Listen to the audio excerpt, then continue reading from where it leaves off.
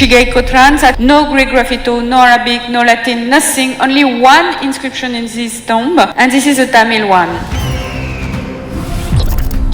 South India, from other parts of India, on their ships till coast of Egypt.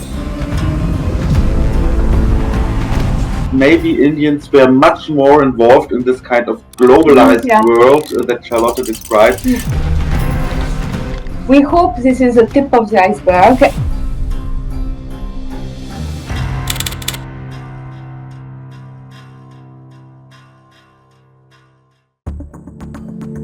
தமிழ்நாட்டின் பழமையை பறைசாற்றும் மற்றொரு மகுடமாக மாறியிருக்கிறது எகிப்தில் கண்டறியப்பட்டுள்ள சிகே கொற்றன் என்ற தமிழரின் பெயர். சுமார் 2000 ஆண்டுகள் பழமையான இந்த கல்வெட்டுகளில் கடல் தாண்டி சென்ற ஒரு தமிழர் தனது பெயரை பொறித்திருக்கிறார் என்பது தொல்லியல் ஆய்வுகளில் புது பாய்ச்சலாக கருதப்படுகிறது. இந்த கல்வெட்டு தகவல்களை வெளிக்கொண்டு வந்ததில் தொல்லியல் நிபுணர்களான சுவிட்சர்லாந்தை சேர்ந்த பேராசிரியர் இங்கோ ஸ்ட்ராச் மற்றும் பிரான்ஸ் பேராசிரியர் ஷார்லட் ஸ்மித் ஆகியோரின் பங்கு மிக முக்கியமானது. எகிப்தில் கண்டறியப்பட்ட இந்த கல்வெட்டுகள் ஏன் முக்கியத்துவம் வாய்ந்தது என்பது குறித்தும் இந்திய ரொமானிய எகிப்தியர்களுக்கும் இடையிலான உறவு குறித்தும் DW தமிழிடம் பிரத்யேகமான தகவல்களை அவர்கள் பகிர்ந்து கொண்டனர்.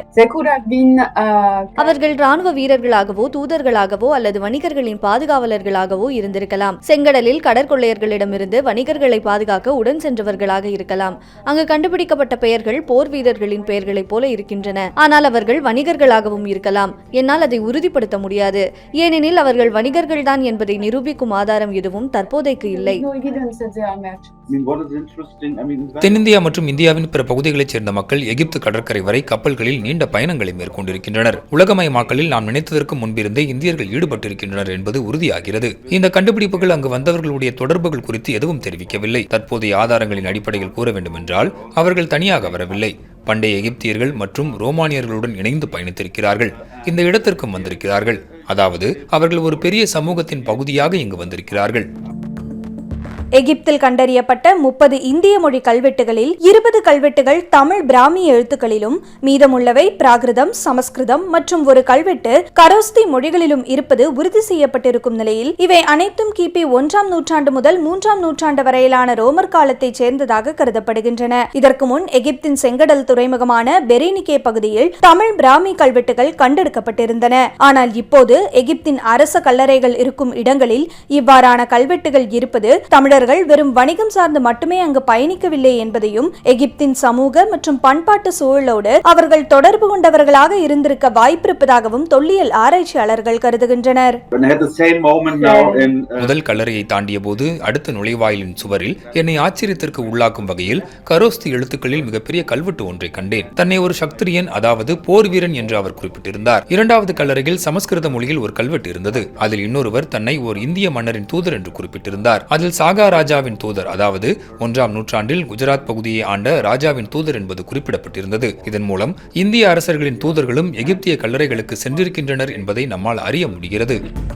இந்த கல்வெட்டுகளில் 5 வெவ்வேறு கல்லறைகளில் 8 முறை பதிவு செய்யப்பட்டிருக்கும் சிகே கொற்றன் என்ற பெயர் தன்னை ஆச்சரியத்திற்கு உள்ளாக்கியதாக கூறும் ஷார்லட் ஸ்மித், சிகே கொற்றன் வரக்கண்ட, அதாவது சிகே கொற்றன் இங்கு வந்து பார்த்தான் என்ற வாசகம் சில இடங்களில் குறிப்பிடப்பட்டிருப்பதாக கூறுகிறார். கிரேக்க மற்றும் ரோம பயணிகள் அந்த கல்லறைகளில் தங்களது பெயர்களை இங்கு வந்து கண்டேன் என்ற வடிவில் பதிவு செய்திருப்பதாகவும், அதே முறையை தமிழ் பயணிகளும் பின்பற்றி தங்களது வருகையை இவ்வாறு பதிவு செய்திருக்கலாம் என அவர் கூறுகிறார். கரோஸ்தி மொழியில் கண்டெடுக்கப்பட்ட கல்வெட்டு இங்கோ ஸ்ட்ராச்சை மிகவும் கவர்ந்திருக்கிறது. இந்த கண்டுபிடிப்புகள் மனிதன் தோன்றிய காலம் தொட்டே உலகமயமாக்கல் என்பது ஏதோ ஒரு வழியில் நிகழ்ந்து கொண்டுதான் இருக்கிறது என்பதையும் அதற்கு தமிழர்கள் ஒரு மிகச்சிறந்த சான்று என்பதையும் சுட்டிக்காட்டுவதாக இங்கோ ஸ்ட்ராச் குறிப்பிடுகிறார்.